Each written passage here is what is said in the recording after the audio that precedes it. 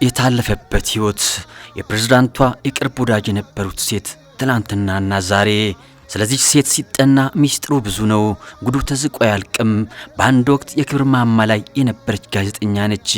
ባለውለታ አክባሪዎች ወደ አስጠለሏት ስፍራ ካሜራ ይዘን በረርን። ተጀምሮ እስኪያልቅ በእንባ ያለቀ የጠያቂና ተጠያቂ ትዕይንት ተስተናገደ።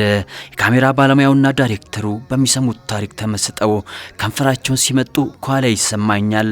እሷ እኮ የዘመኑ ወራዳ ነበረች። በስልሳዎቹ አውቶግራፎችን የጀመረች ዘመናዊ አበበ ቢቂላ፣ ጥላሁን ገሰሰ፣ ጳውሎስ ኞኞ ጽፎ የፈረሙላትን አውቶግራፍ ታሳየን ጀመረች። እንባዋን እየተዳረገች የነ ባህሉ ግርማና የነ ስብሐት ወዳጃቸው ከባባድ ሚስጥሮች በእጁ ያሉት ሴት ጸጋዬ ገብረመድህን እንደ ጦር ይፈራታል አሉ። በርካታ ሚኒስትሮች በወታደር አስከብበዋታል። የኢቲቪ መለያዋ ሴተኛ አዳሪዎች በየሆቴሉ በስለላ የሚረዱላት ይቺ ሴት ማነች? 1983 ሰላይ ነች ይሏታል። አለ ሽጉጥ ታጥቃ በዚህ ጋር አለፈች የሚሏትም እንደዛው። በብዕሯም ደፋር ነች። ወኔ አሁንም አለ። ብቻ እንባ ይተናነቃታል። ሴራና ተንኮል፣ ማግኘትና ማጣት፣ መውጣትና መውረድ፣ መሄድና መመለስ ትዝታዋ ብቻ ከቀረው ከሰንጋተራ እስከ ዝና ማማ ደግሞ ቁልቁለት ወደ መጸዳጃ ቤት የጽዳት ሰራተኝነት ፕሬዝዳንት ሳህለወርቅ ዘውዴ ያዩኝ ይሆናለችኝ። ከኢቲቪ ተባራ የጡረታ እንኳን የተከለከለችው ጋዜጠኛ ሀገሬን እንዲናት አንዳንዴ የሞቱላትን የምትበላ ሞኝ ተላላ። ይህ ብዙ ወንድም ያጣችው የአንጋፋ ጋዜጠኛ የብዙ ወንድም ማገኘው አሳዛኝ ታሪክ ነው። እስቲ የነበረ ያውጋ፣ እስቲ የነበረ ያውጋ፣ እስቲ አይናገር፣ እስቲ የነበረ ያውጋ። ሰላም፣ እንዴት ሰነበታችሁ? ዛሬ ይህን ፕሮግራም ማስተዋወቀው እኔ ነኝ። አርስቱ ጠያቂው ሲጠየቅ ስለሆነ ዛሬ ተጠያቂዋ ነኝ ፕሮግራሙን የማስተዋወቀው። ይህ ፕሮግራም ሳምንታዊው ጠያቂው ሲጠየቅ ነው። እንግዲህ በጥሞና ተከታተሉ። አመሰግናለሁ። በዚህ እንኳን ወደ ሀገርሽ በሰላም መጣሽ። አሜን። እንኳን በሰላም ቆያችሁ። ከስንት ዓመት በኋላ ወደ ሀገርሽ ተመለሽ? ከሀገሬ አንድ 20 ዓመት ይሆናል። አሁን ችግሬ እኔ ዓመተ ምሕረትና ቀናቶችን ማስታወስ ነው። ነገሮች ተደራረቡ፣ እድሜም እየገፋ መጣ። ስለዚህ በትክክል ግን ወደ 10 ምናምን ዓመት ሰንጋተራ የተወለዱበት ሰንጋተራ ያኔ ደርሱ ሲወለዱ ሰንጋተራ ሳይሆን በትክክል ውሃ ስንቁ ሰፈር ነው የሚባለው። እኔ ተወልጄ ያደኩበት ውሃ ስንቁ ሰፈርን አልፈ ነው ሰንጋተራ። ሰንጋተራ እንግዲህ በብዛት የሚታወቀው ናስር ሱቅና ሻፊ ልብስ ሰፊው ደሳለኝ ሆቴል የሚባለው የአካባቢ ነው ሰንጋተራ አስፋልቱ። የሆነ ደግሞ የታወቀ ጋራጅ ነበረ፣ ያ ነው። እኔ የተወለድኩት ግን ውሃ ስንቁ ከጤና ጥበቃ ሚኒስቴር ጀርባ ባሻ ሰብስቤ ሰፈር ወደ ታች ወረድ ስትል ደሬ እንጨት የሚሸጥበት እንዲህ ገባ ስትል የታወቁት ኳስ ተጫዋች ከኳስ ተጫዋቾች መካከል እነ ገረመው ዘርጌ የተወለዱበት ያደጉበት ጉራጌ ሰፈር የሚባል አለ። በብዛት የጉራጌ ብሔረሰቦች ስለሆኑ በወዲህ በቀኝ በኩል ደግሞ ስትመጣ አሁን ብዙዎቹ ላይ ያስታውሷቸው ይችላሉ። በዛን ጊዜ ግን በጣም ታዋቂ ሯጮች የነበሩበት የአቶ ተፈራ ልጆች ደምሴ ተፈራ፣ ታገኝ ተፈራ፣ ካሴች ተፈራ፣ መኮንን ተፈራ የሚባሉ በሙሉ ልጆቻቸው ስፖርተኛ ነበሩ። እነሱ እኔ ተወልጄ ያደኩበት ሰፈር ባሻ ሰብስቤ ፖለቲከኛው አስራት ጣሴ እነሱን የመሳሰሉበት ነው። እንደውም ይባላል እንደዚህ ብዙዬ መገን ያራዳ ልጅ አይፈራም ኪሳራ ጃኬቱን አሲሱ ገባ ሰንጋተራ ይላል። እንግዲህ ሰንጋተራ እኔ ከሰንጋተራ ርቀት አለን። ውሃ ስንቁ ሰፈርና ሰንጋተራ ግን የምንጠራው በአጠቃላይ ሰንጋተራ ነው። 1948 ነው። ተመለሽ ስትመጪ ሰንጋተራን እንዴት አየሻት?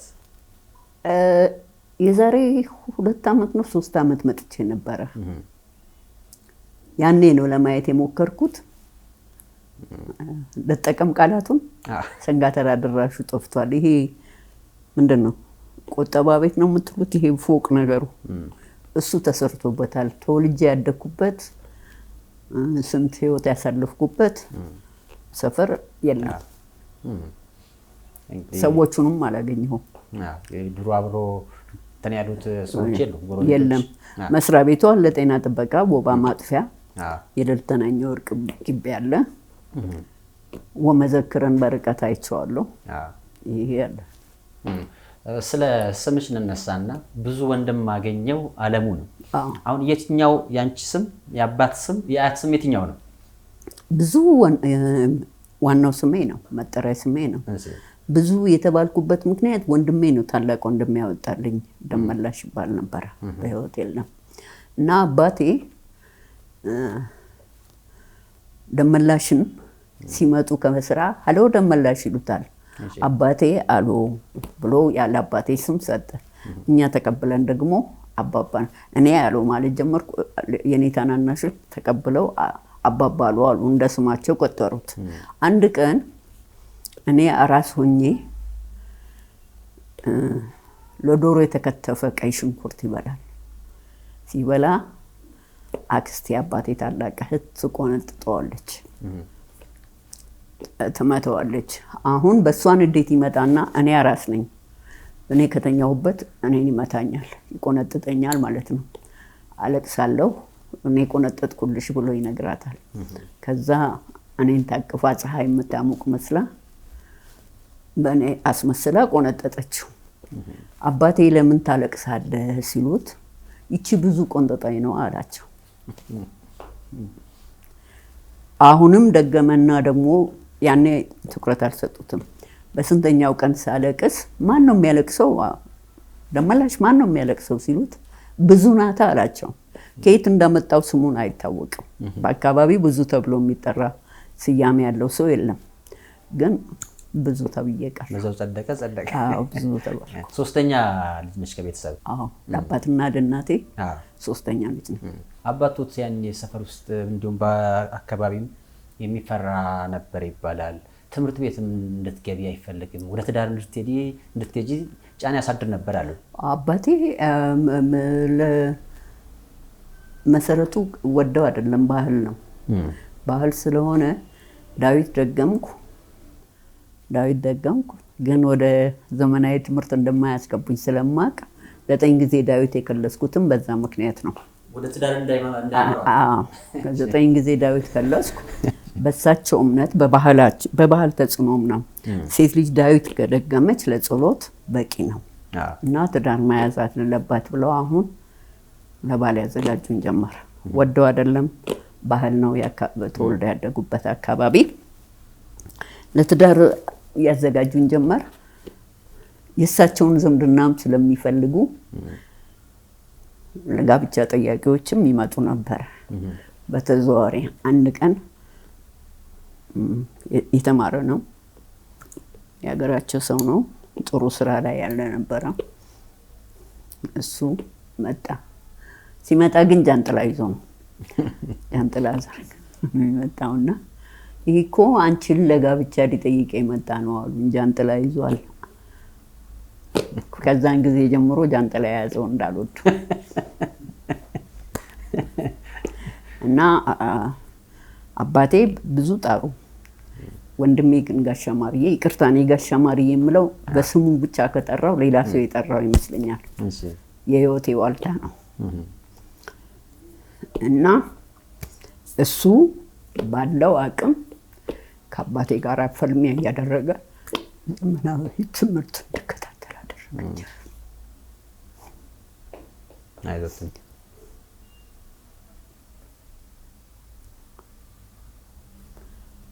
አይዞህ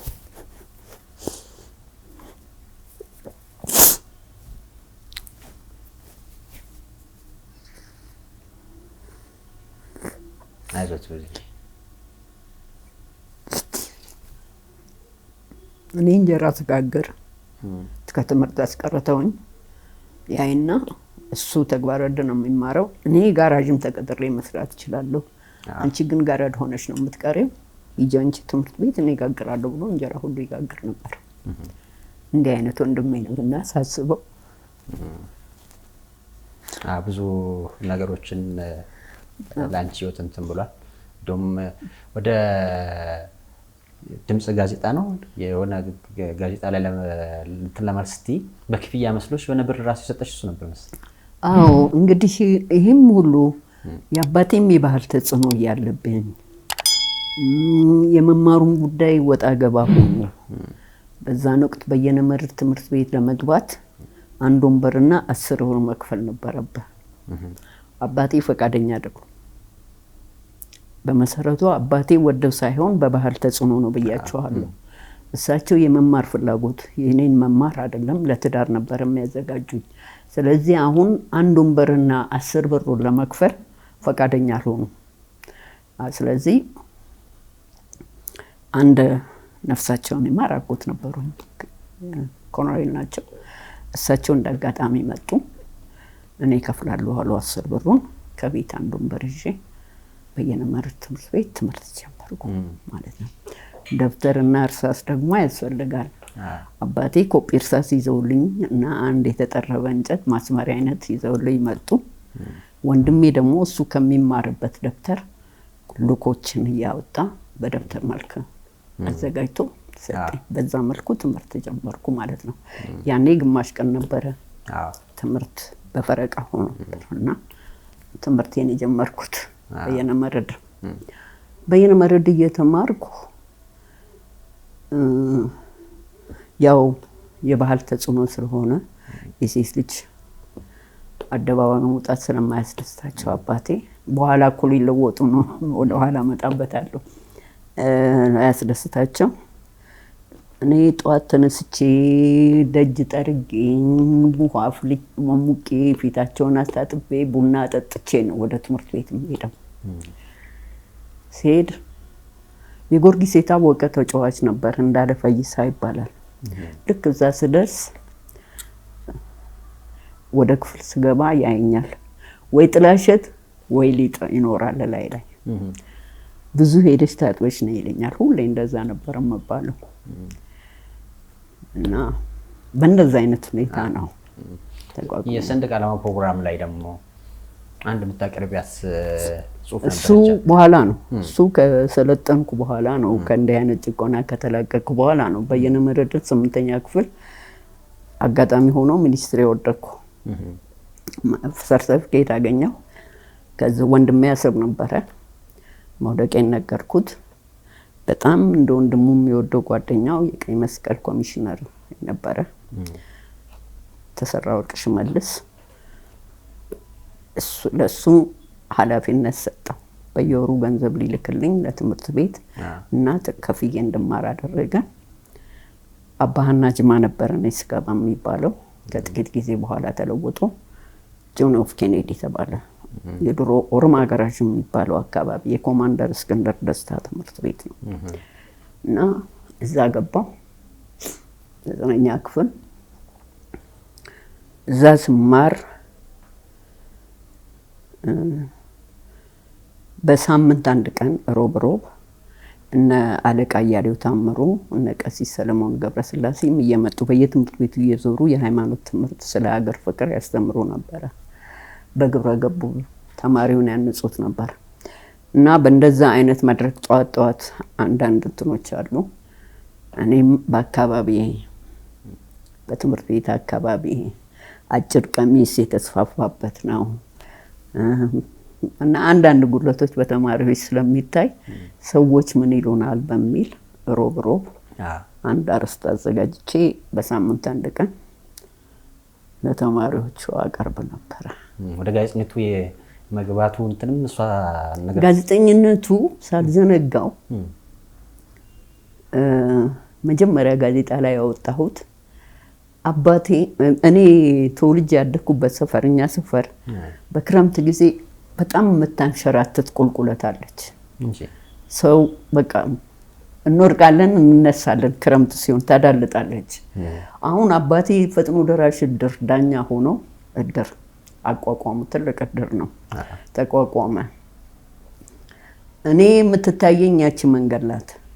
እነሱ የሞተ ሰው ለመቅበር ነው ያንን እድር ያቋቋሙት። መጀመሪያ ግን እድሩ ተሰባስበው ያችን መንገድ ቢያስተካክሏት ጥሩ ነው የሚል አስተሳሰብ አደረብኝና በድምፅ ጋዜጣ ላይ ቀባሪ በፈጣሪ በሚል ርዕስ የመጀመሪያ ጽሁፌ ነው ጻፍኩኝ እና ለድምፅ ጋዜጣ ሰጠው። ስለ መንገዷ መሰራቷ እድሩ መቋቋሙ ጠቃሚነት አለው፣ ግን ለልማት መሆን አለበት በሚል አስተሳሰብ ነው ያንን ሰጠው። ያ ጋዜጣ ወጣ። የእድሩ ሹማምንት እችን ጋዜጣ አንብበው ለአባቴ መጡና ነገሯቸው። ይሄው እርስዎ የሚመሩትን እድር ልጆ እንዲህ ብላ ዘልፋለች ምናምን ብለው ነገሯቸው። አባቴ አበዱ። አያውቁም ጋዜጣ ላይ መጻፌ ነው። ለመጀመሪያም ጊዜ ነው ያንን ጽሁፍ ያወጣሁት።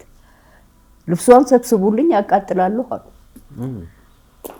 በቃ ራቆቴን ከሆን ከቤት አላጣም ማለት እና አሁንም በወንድሜ ትግል ነፃ ወጣሁ ማለት ነው። ምርዋን ይዘሽ ሄድሽው ነገር ምርዋን ይዘሽ ጋዜጠኛ ለመሆን ብር ተከፍሎ ነው ተብሎ እንግዲህ ያችን ጽሁፍ ካወጣው በኋላ አሁን ድምፅ ጋዜጠኛ ለመሆን ጽሁፍ በብዛት ለማቅረብ ያ ጽሁፍ በሰው ነው የላኩት፣ በእኔ ስም ይምጣ እንጂ በሰው ነው የላኩት። እንዴት እንደሆነ አላውቅም። አሁን አባህና ጅማ ትምህርት ቤት ከጀመርኩ በኋላ ሄድኩኝ ጽሁፏን ይዤ ጋዜጠኛ ለመሆን ምን ያስፈልጋል ብዬ። ምክንያቱም እኔ በየመንገዱ የወደቀ ጋዜጣ ሁሉ አንስቼ አነብ ነበር። በአብዛኛው የጳውሎስ ኞኞ ነበረ ኢትዮጵያ ድምፅ ጋዜጣ እሳቸው ነበሩ አዘጋጇ እና የተለያየ ወሬ ነው ይዛ የምትወጣው። ዶሮ ሰረቀ፣ ሊጥ ደፋ፣ እንደዚህ አይነት ይሄ ፖለቲካ ብቻ አይደለም። ያኔ ፖለቲካውም የራሻውም የአሜሪካውም ቀዝቀዝ ብሎ ነበረ እና አሁን እኔ እንደ ጳውሎስ ኞኞ መሆን ነው የምፈልገው። ያችን ባየው ቁጥር ስዕል ጋዜጣ ላይ እኔ መቼ ነው እንደዚህ መሆነው የሚል አስተሳሰብ ያድርብኛል። አንድ ቀን አባህና ጅማ ትምህርት ቤት እያለሁ ጻፍኩኝ ለደብዳቤ ብቻ፣ ግን የሚከፈልበት ይመስለኝ ነበር። ለወንድሜ ደወልኩና ነገርኩት። እንዴ ስለው ላከልኝ 25 ብር። አሰብ ነበረ እሱ ሪፋይነሪ ነበር። 25 ብር? አዎ በጣም ከባድ ገንዘብ ነው እንግዲህ በዛን ጊዜ። ላከልኝ። ያንን ብር ይዤ ጽሁፏን ይዤ ሄድኩኝ ድምፅ ጋዜጣ 4 ኪሎ ከፓርላማው በላይ ነበር ቢሮአቸው፣ ኦክስፎርድ ዩኒቨርሲቲ በላይ ሄድኩኝና የጋዜጣው ዋና አዘጋጅ ከበደ አኒሳ ነበሩ። እሳቸው ቢሮ ገባሁ፣ ሰጠኋቸው እና ጋዜጠኛ ለመሆን ለምን እንደፈለኩ አነጋገሩኝ። ምን አሉና እሺ ደብዳቤ ብቻ አንድ ላይ ይወጣልሻል አሉ። ስንት ይከፈላል አልኳቸው። ሳቁና አይከፈልም አሉኝ። እሺ ብዬ አመስግኜ ወጣሁ። ከዛ በማግስቱ ጋዜጣ ላይ ያ ጽሁፍ ወጥቶ አገኘሁት። ገና በ10ዎቹ እድሜ ነው እንግዲህ ወደዛ። አዎ እኔ እንግዲህ እድሜ ምን ሰራሽ እንደምታስታውሽ ኢትዮጵያ የድምፅ ጋዜጣ ላይ? ከዛም ወደ ሌላኛው ጋዜጣ ከመኬዱ በፊት እዛ የሰራሻቸው ነገሮች ትዝ ይሉሻል? የድምፅ ጋዜጣ ይህን ጽሁፍ ከሰጠው በኋላ ነው። ከዛ በኋላማ ማን ችሎኝ በወቅቱ እንደነገርኩ ያለባበስ አይነትም እንትን ያለበት ነበረ፣ ሚኒስከርት የበዛበት እንደዚህ ነበረ። እሱንም አስተያየት በመሰንዘር እንደማስታውሰው የመጀመሪያ ጽሁፌ አዲስ አበባ ዩኒቨርሲቲ ፋሽን ሾው ነበረ። የአይሲማ ጥሩ ወርቅ አቀየው ነፍሷን ማር በህይወት ያለች አይመስለኝም። ባለቤቷ የጤና ጥበቃ ሚኒስቴር ነበሩ ዶክተር ተፈራ ወንዴ። በእሷ የሚመራ ፋሽን ሾው ይደረግ ነበር እና ፋሽን ሾው ሲደረግ ተማሪው አምጾ በቲማቲም እየወረወረ ይደበድባቸው ነበር። ያችን ሰው ይጠቁመኝና እሄዳለሁ። አይቼ ተመልሼ መጥቼ ወቅቱ ደግሞ ድርቅ በሰሜን ኢትዮጵያ ብቅ ያለበት ጊዜ ነበረ ይወራ ነበርና ከዛ ጋር አነጻጽሬ የመጀመሪያውን አርቲክል ጻፍኩኝ ማለት ነው። አሁን ትንሽ ተቃዋሚ ይመጣብኝ ጀመር። በመሰረቱ በእንዲህ አይነት ሙያ ላይ ስትሰማራ ምስጋና ብቻ ሳይሆን ተቃዋሚ ሲነሳብህ የሚያበረታታ መሆኑን ነው የተረዳሁት። እና አሁን መጥተው የጋዜጣውን አዘጋጅም ጠየቁ። እኛ እንደማንኛውም አርቲክል ጻፊ ተላከልን፣ አወጣነው፣ አተምነው፣ አናቃትም አሉ። ከዛ በኋላማ ማን ይቻለኝ። 120 ብር ይከፈሎት ነበር እዛ ነው? ያኔ መከፈል አልተጀመረም።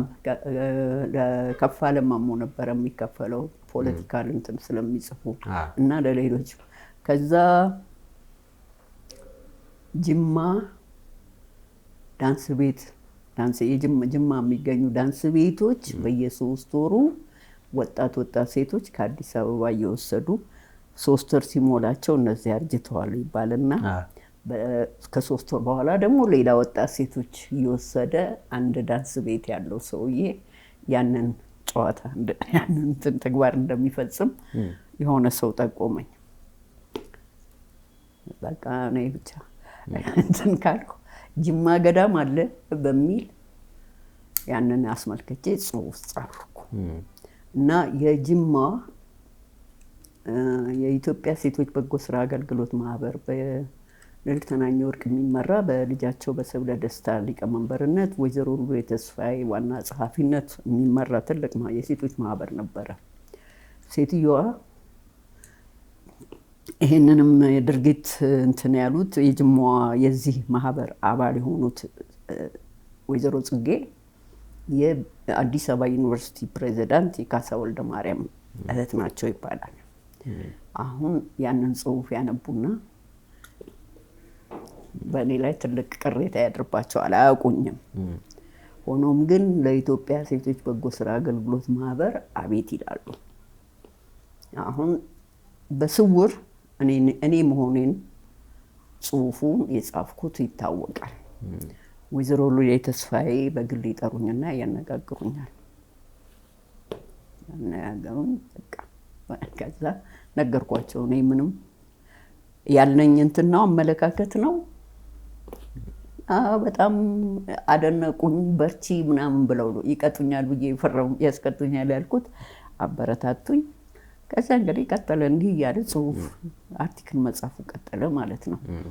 የጻፍኩ በሳምንት 2 ወይ 3 ጽሑፍ ጽፋለሁ። ግን ገንዘብ ይከፈላል ስለተባለ እኔ ገንዘቡን አይደለም የምፈልገው የሙያው እርካታ ስለሆነ ገንዘቡን አልፈልግም አልኳቸው።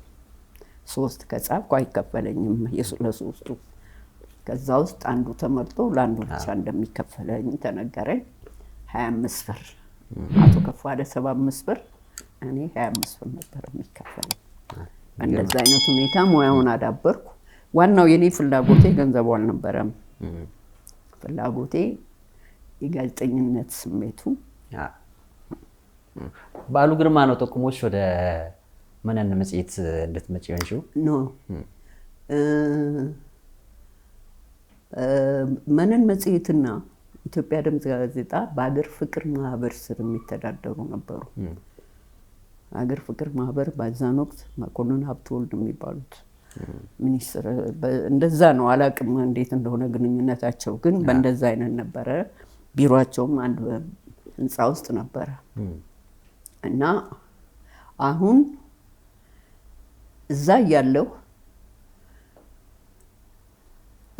ያንን ጽሑፍ ስጽፍ አቶ በዓሉ ግርማ ደግሞ የመነን መጽሔት አዘጋጅ ነበር። ያንም እንደዚህ አይነት ጽሑፉን መጻፍ ስጀምር ሁኔታዬን አየና በዚህ ጽሑፍ ብጽፊልን፣ ፋሽን ሾው ይደረግ ነበር ሂልተን ሆቴል። እኔ ሂልተን ሆቴል እኔ እንደዚህ ለብሼ እንዴት ነው ምናምን ስር ሁሉ ልብስ ተገዛልኝ፣ ካላበርጀሪ ልብስ ተገዛልኝ። እሱ ለብሼ ስለ ፋሽን ሾው እንደዚህ አይነት ነገሮችን ጽሑፍ እየጻፍኩ ለመነን መጽሔት መስጠት ጀመርኩ። ለመነን መጽሔት መስጠት ጀመርኩ። ደህና እንዲህ እየተንቀሳቀስኩ እያለ መጽሔቱና ድምፅ ጋዜጣ ታጥፈው ወደ አዲስ ዘመን ገቡ። የማስታወቂያ ሚኒስቴር ንብረት ሆኑ። እኔ ወደ አዲስ ዘመን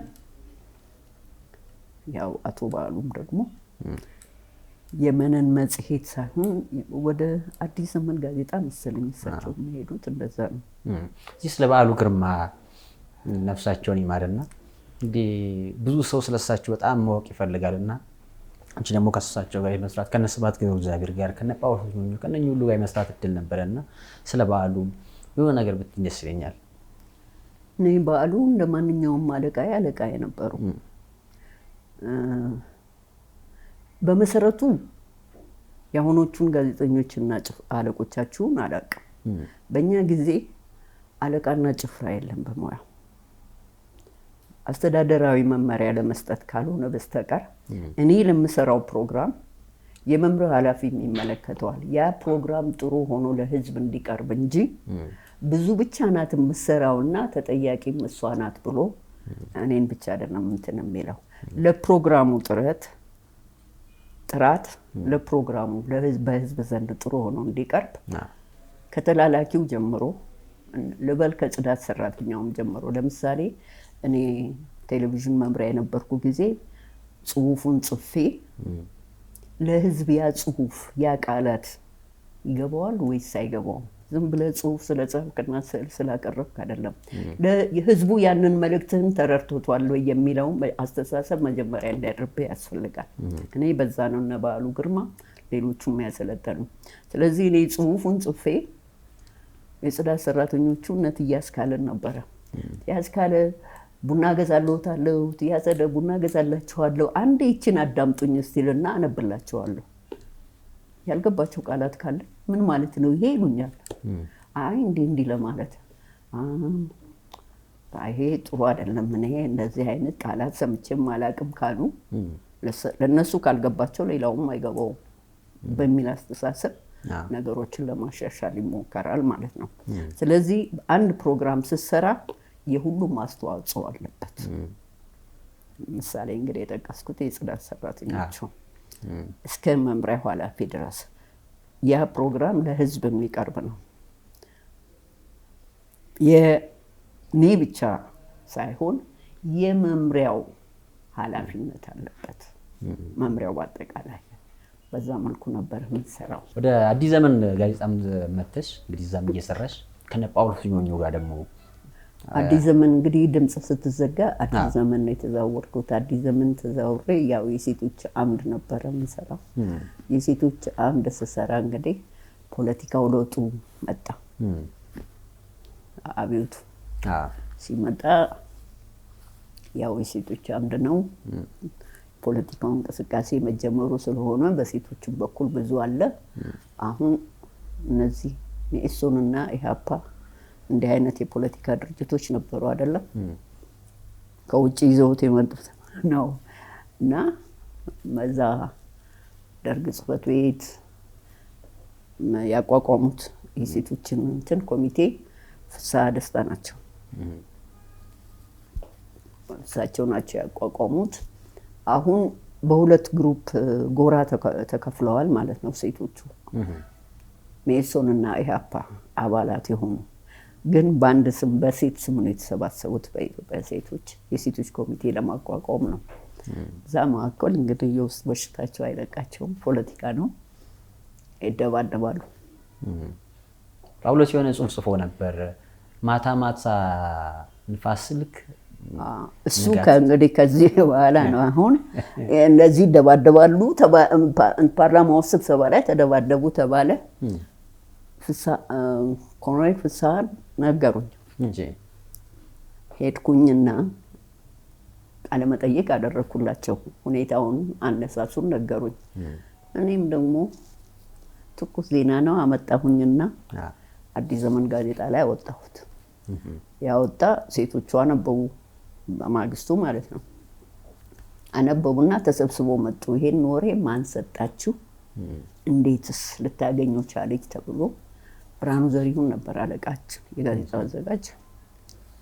የሰጠን በቃ እህት ተደብቃ ነበር። ምን እኔ ላይ ሆነ ፍጥጫቸው። ተደብቃም አይደለም ደንበኛ ምንጭ ነው የሰጣት። የሰጠውን ምንጭ መናገርም አንፈልግም። በቃ አድርጋችሁታል እናንተ ለምን አሁን አናደዳችሁ እና እሷን ለመደብደብ ነው የመጣችሁት አለና ከቢሮ አስጠራኝ እኔ መምጣታቸውን አላወቅኩም ከኔ ቢሮ አስጠራኝና ቢሮ ወሰደኝ ይፈልጉሻል ሊደበድቡሽ ነው መሰለኝ አለኝ እንደ ፌዝ ነው ለምን አልኩት ከዛ የግብርና ሚኒስቴሩ ነበሩ ነው ብርሃኑ ዘሪሁን አይ ሲፈልጎት የነበረ እንደውም ሚኒስቴር ነበር መሰለኝ እሱ ሌላ ነው እሺ ምን ያላስፈራራኛል አሁንም እዛ ሴቶቹ ጠየቁኝ ማን ነው የሰጠሽ አሉ ይሄንን አለቃዬማ ሊጠይቀኝ አይገባም እንኳን እናንተ ማንም ሰጠኝ ማንም ድርጊቱ ተፈጽሟል አልተፈጸመም የምትሉ ከሆነ ጋዜጣው ለእናንተም ክፍት ነው ማስተባበያውን ነገ ይዛችሁ ነው አለቃዬ እርግጠኛ ነኝ እንዲታተም ያደርግላችኋል አልኩ በዛ ተለያየን አላብራኑ እንዲያየኝና አንቺ ጥይትም የምትፈሪ አይመስለኝም ማለት ነው እኔ ፍርሃት ነው እንዴ የምታስተምሩኝ እናንተ የነባር ጋዜጠኞች እኔ ለምን እፈራለሁ አልኩት በቃ ከዛ ተለያየን ከዛ በኋላ ነገሮች እያየሉ እየበረቱ ብርታት እየሆኑ ድፍረትን እየሰጡ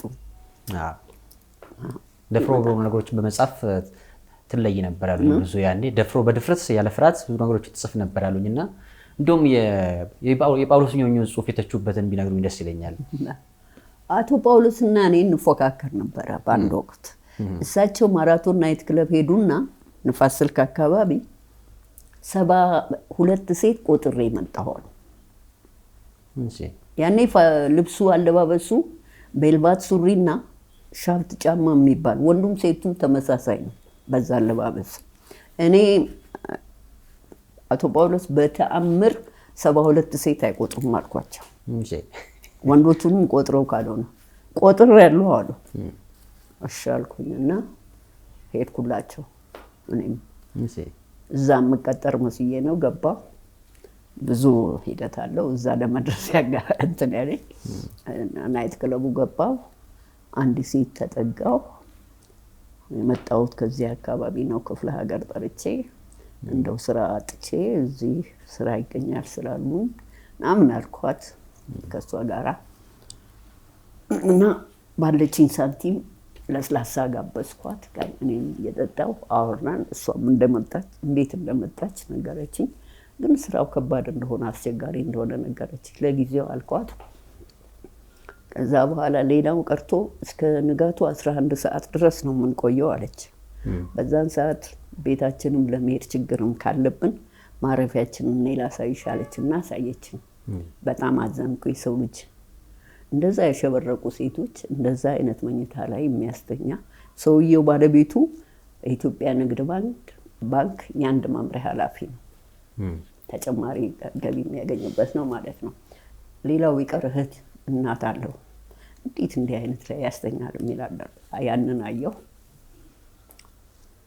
አላ እሷን አወራሁት በቃ ነገ ተነገ ወዲያ እመጣለሁ አልኳት ግን ሌላ ብትሞክሪ ምናምን ብላ መከረች አላውቅሽኝም አልኩኝና በልቤ ተለያየን በማግስቱ አንድ ሌሊት በዳንስ ቤት በሚል አዲስ ዘመን ላይ መርስ ያዘን ጧት ላምበረት ማታ ንፋስ ስልክ ጧት ላምበረት ጳውሎስ ኞኞንም ያጽፋል የማስታወቂያ ሚኒስቴሩ ደግሞ ዶክተር ተስፋዬ ገብረእግዚእ ናቸው እሳቸው አዲስ ዘመኖች አገሪቷን የሴተኛ ዳሪ የተስፋፋባት ናት ብለው መንግስትን እየተቃወሙ ነው በስውርና ብለው ተቆጥተው የመምሪያ ኃላፊውን እንትን ብለው ሄደዋል እኔ እቺን ሰምቻለሁ አሁን እኔ አዲስ ዘመን ላይ ማውጣት ሳልችል ለማንም መስጠት ያለብኝ ነፃ ጋዜጣ ፖሊስና እርምጃው አንድ ሌሊት በዳንስ ቤት ብዬ አወጣው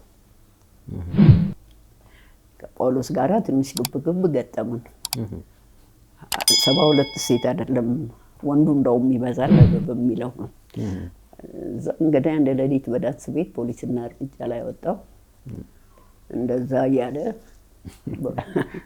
ብዙዎቹ እንደውም ከብዙ ወንድማገኘው አርስቱን እንኳን ሳያነቡ ብዙ ወንድማገኘው ስላለ ፖሊስና እርምጃው ላይ የሚወጣ ሁሉ ወንጀለኛ ነው ብለው አሰብ የሚኖሩ የወንድሜ ጓደኞች ሁሉ ተረብሸው እንደነበር ነገሩኝ።